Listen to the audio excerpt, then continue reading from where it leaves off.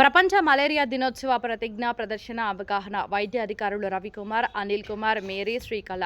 Malaria నిర్మూలన, నివారణ, చికిత్సపై ప్రజలలో అవగాహన కల్పించడం, మలేరియా రహిత సమాజం కోసం ప్రయత్నాలను వేగవంతం చేయడం ప్రపంచ మలేరియా దినోత్సవం ముఖ్య ఉద్దేశమని వైద్య అధికారులు రవికుమార్, అనిల్ కుమార్, మేరీ, శ్రీకళ పేర్కొన్నారు.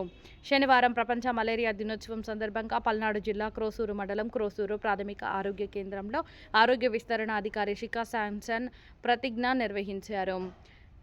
ఈ సందర్భంగా ప్రాథమిక ఆరోగ్య కేంద్రం నుండి క్రోసూరు మెయిన్ బజార్ నందు మలేరియా నివారణ ర్యాలీ నిర్వహించారు. ఈ ర్యాలీలో దోమ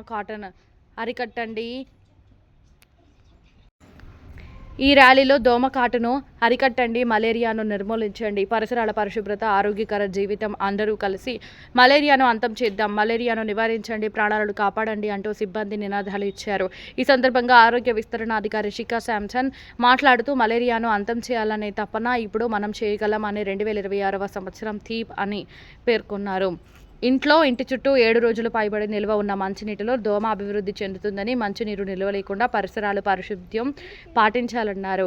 ప్రతి శుక్రవారం విధిగా డ్రై డే పాటించాలని, డ్రై డే పాటించడం వలన దోమ వలన మన ఇంట్లో అభివృద్ధి చెందకుండా చూడవచ్చు అన్నారు. ఇంటి చుట్టూ పాత టైర్లు, పగిలిన గాజు సామాన్లు, ప్లాస్టిక్ సామాన్లు, కొబ్బరి బొండాలు లేకుండా జాగ్రత్త తీసుకోవాలన్నారు. దోమతెరలు ఉపయోగించాలన్నారు. శరీరం పూర్తిగా కప్పి ఉంచే దుస్తులు వేసుకోవాలని సూచించారు. ఈ కార్యక్రమంలో వైద్య సిబ్బంది తదితరులు పాల్గొన్నారు.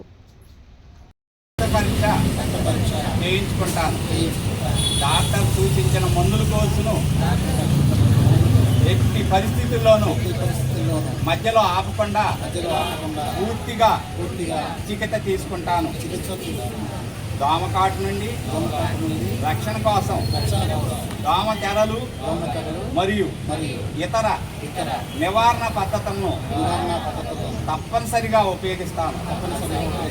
నా కుటుంబ సభ్యులకు మరియు పొరుగు వారికి మలేరియా నివారణ మార్గాలపై అవగాహన కల్పిస్తాను. మలేరియా నివారణ నా చేతుల్లోనే ఉందని నేను దృఢంగా నమ్ముతున్నాను. స్వచ్ఛమైన పరిసరాలు, ఆరోగ్యవంతమైన సమాజం కోసం నిరంతరం కృషి చేస్తాను. మనమంతా కలిసికట్టుగా ముందుకు వస్తే మలేరియాను పూర్తిగా నిర్మూలించగలమని ఈ వరల్డ్ మలేరియా డే సందర్భంగా మనస్ఫూర్తిగా త్రికరణ శుద్ధిగా ప్రతిజ్ఞ చేస్తున్నాను.